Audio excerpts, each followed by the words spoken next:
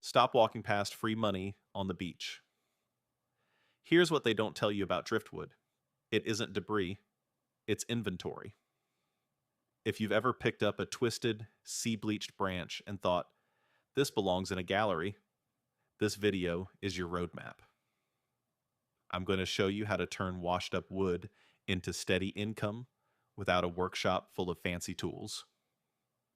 You'll see what actually sells, how to clean and prep pieces so they don't crack or stink, smart pricing that respects your time, where buyers hide both online and downtown, and a simple 1 week plan that gets your first sale, even if your only workspace is a kitchen table.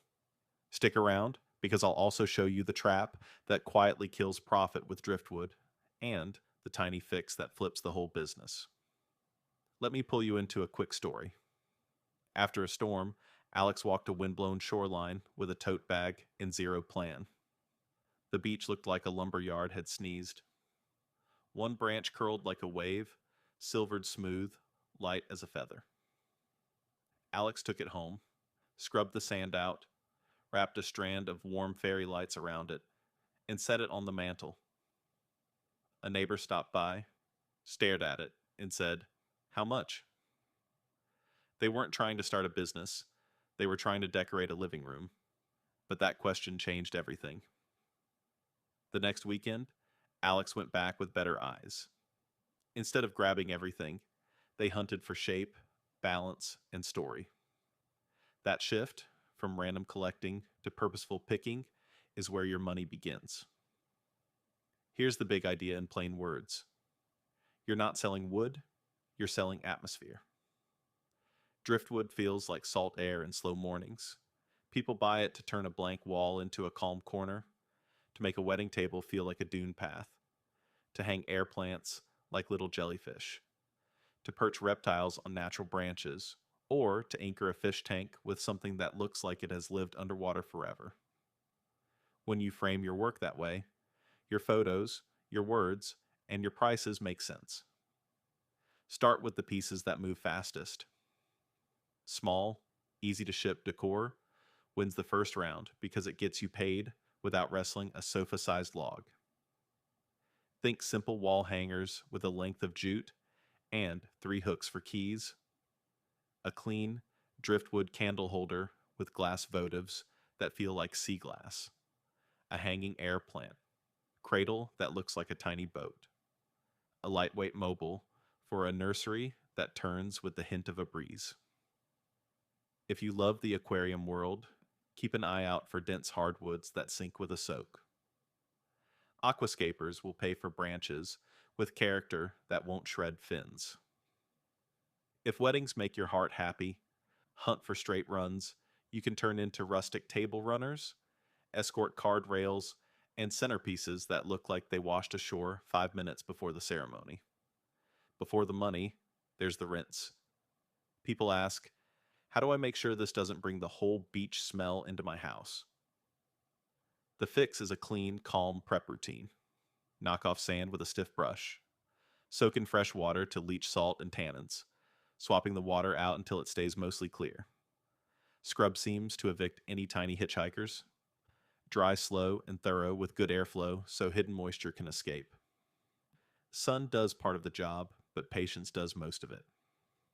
When the wood is fully dry, you decide the finish.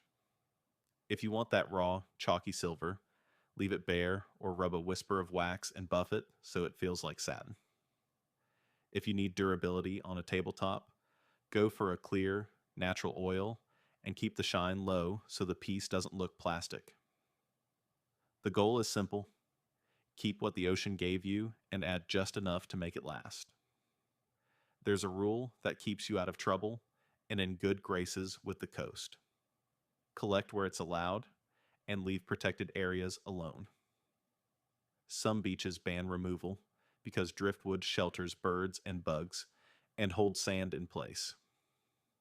Some parks allow a bucket of small pieces, but not logs.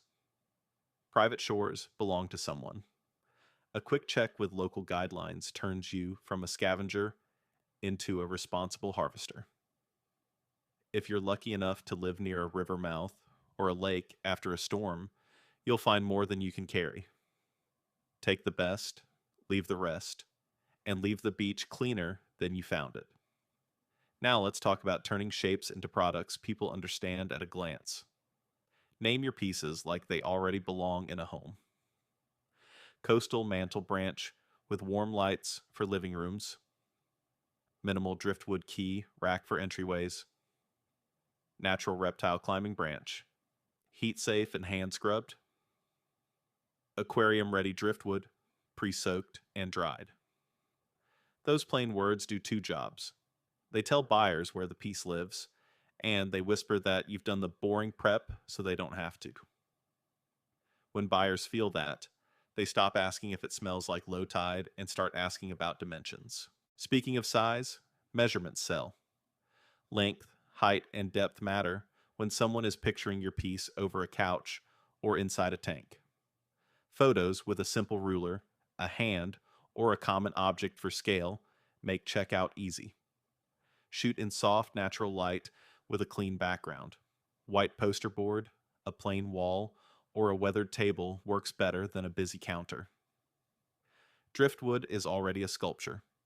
Your job is to get out of the way and let it perform. Let's put numbers on this so you can breathe. Say you find a branch with a clean curve, and you turn it into a wall hanger. You spend 15 minutes scrubbing, a day of drying, 10 minutes rubbing a light finish, and 10 minutes adding hardware and a piece of jute. Your hard costs are a few dollars for hooks and a dab of finish. Your platform takes a small percent. Your shipping for a moderate piece, wrapped in cardboard and paper, lands under the price of lunch if you keep dimensions lean. If you list at a price that respects an hour of your time, with margin for fees and a little for the gas it took to get to the shore, you're not gouging. You're trading care and taste for someone else's calm, and that's worth paying for. Shipping is where beginners panic, and it's the quiet profit killer I promised. Driftwood isn't square. Carriers love to charge by size as much as weight. Here's the fix. Design with the box in mind. Standardize your small pieces to fit a few box sizes you can keep on hand so you're not playing Tetris at midnight. Wrap ends with edge guards cut from scrap cardboard so nothing punches through. Use paper, not sand-shedding styrofoam, and tape like it's going on a road trip. For pieces that are longer than your arm span, sell local pickup or local delivery only. Put your town and a radius in the first line of the description.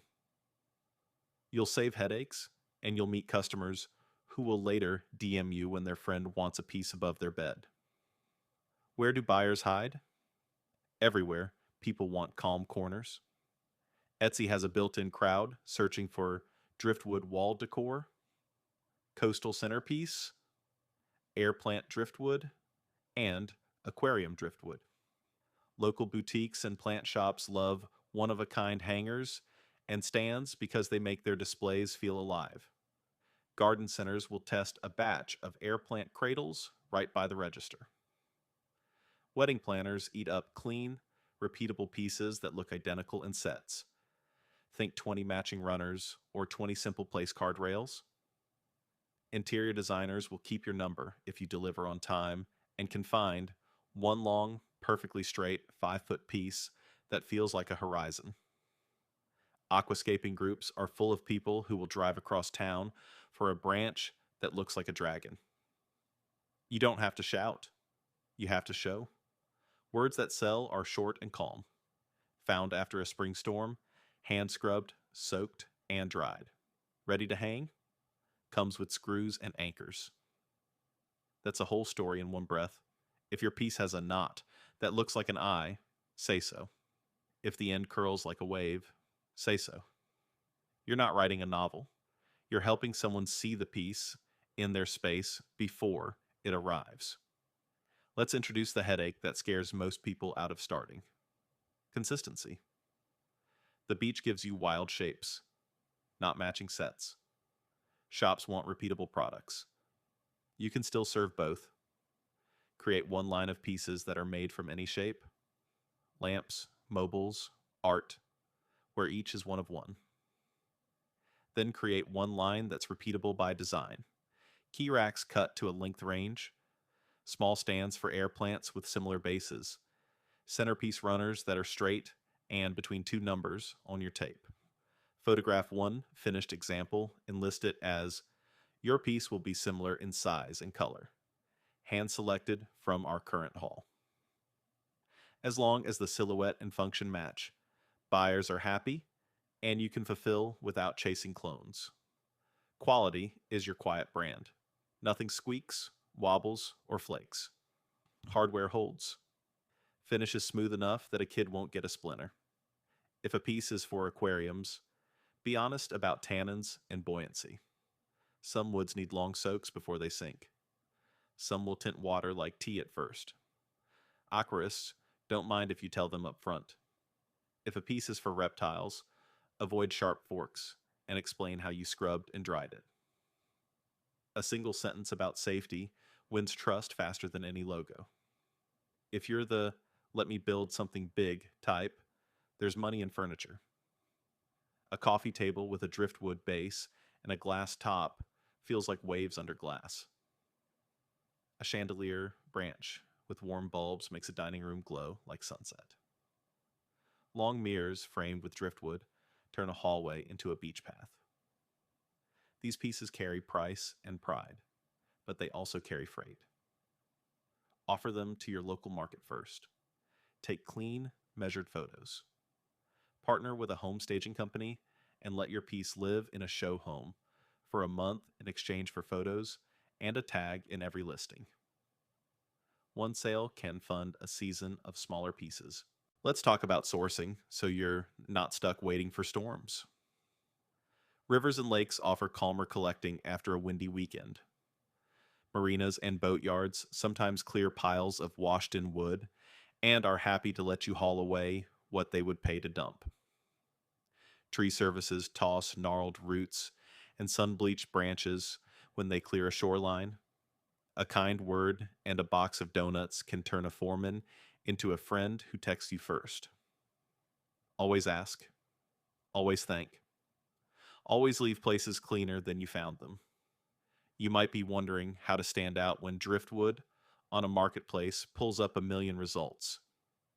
Make a real brand in small ways. Choose one background you use for every photo so your shop feels like a magazine spread. Use the same warm light in every shot. Stamp or burn a tiny mark on the back of each piece with your name so buyers remember you next summer. Package like a gift, even when it's going to a guy named Dave who says it's for his garage. Include a small card with the story of where you found the wood, harvested after an early fall storm on the North Shore, and a line about care. People keep these cards on the fridge, and your name ends up in their kitchen. Here's your key moment: the week that turns beach walks into bank deposits. Start by picking one product you can make 4 times before the weekend. Maybe it's a simple wall hanger with 2 hooks and a bit of jute, or a tabletop centerpiece with 3 glass votives. Take the best photos you've ever taken of anything. Post one listing online with clear measurements and short human words. Send that link to a plant shop, a coastal boutique, and a wedding planner with a tiny note. I make these from local driftwood. I can deliver 10 by next Friday if you need them for a display or a shoot. The next day, shoot a 30-second video of you brushing sand off a piece and rubbing a light finish, and post it with "2 left this week." The day after that, message a local aquarium store with one photo of a branch that would make a fish look like a movie star and say, "Available today, pre-soaked and dried." When someone replies, answer like a human and deliver on time. By Sunday night, you'll have money, photos, and a rhythm you can repeat. If you're still nervous about pricing, think in simple 3-part math: time, materials, and movement. Time is your hours from brush to box. Materials are hardware. Finish. Lights. Glass. Tape and boxes. Movement is gas. Platform fees and shipping. Add a little margin so you can run a sale without crying. If your number sounds high to your own ears, don't apologize. Add value. Include mounting hardware so the piece goes on the wall in 5 minutes. Add a short care card. Offer free local pickup with a smile and a quick chat about where the wood came from. Buyers pay for ease as much as they pay for art. Let's land this with one more tiny story you can borrow when doubt starts whispering. A teacher named Wren loved sunrise walks and started collecting small, smooth pieces just because they felt good in the hand. She tied one to a piece of linen cord, hung it from a nail in the kitchen, and called it a little breath of the coast. Her sister asked for 2. A friend asked for 5. A plant shop took 12 and reordered 2 weeks later. No big saws, no workshop, just eyes for shape, clean prep, and small things done well. She didn't chase trends. She built a steady trickle that paid for her beach coffee and then her car payment. Driftwood didn't make her famous. It made her steady. Here's the short version so it sticks. Driftwood is nature's sculpture, and your job is to finish the story. Pick with intention. Prep with care. Design with the box in mind. Speak like a human. Photograph like a friend. Deliver on time. Keep the beach beautiful so the sea keeps handing you raw material. Do those small things, and the shore becomes a quiet partner in your business.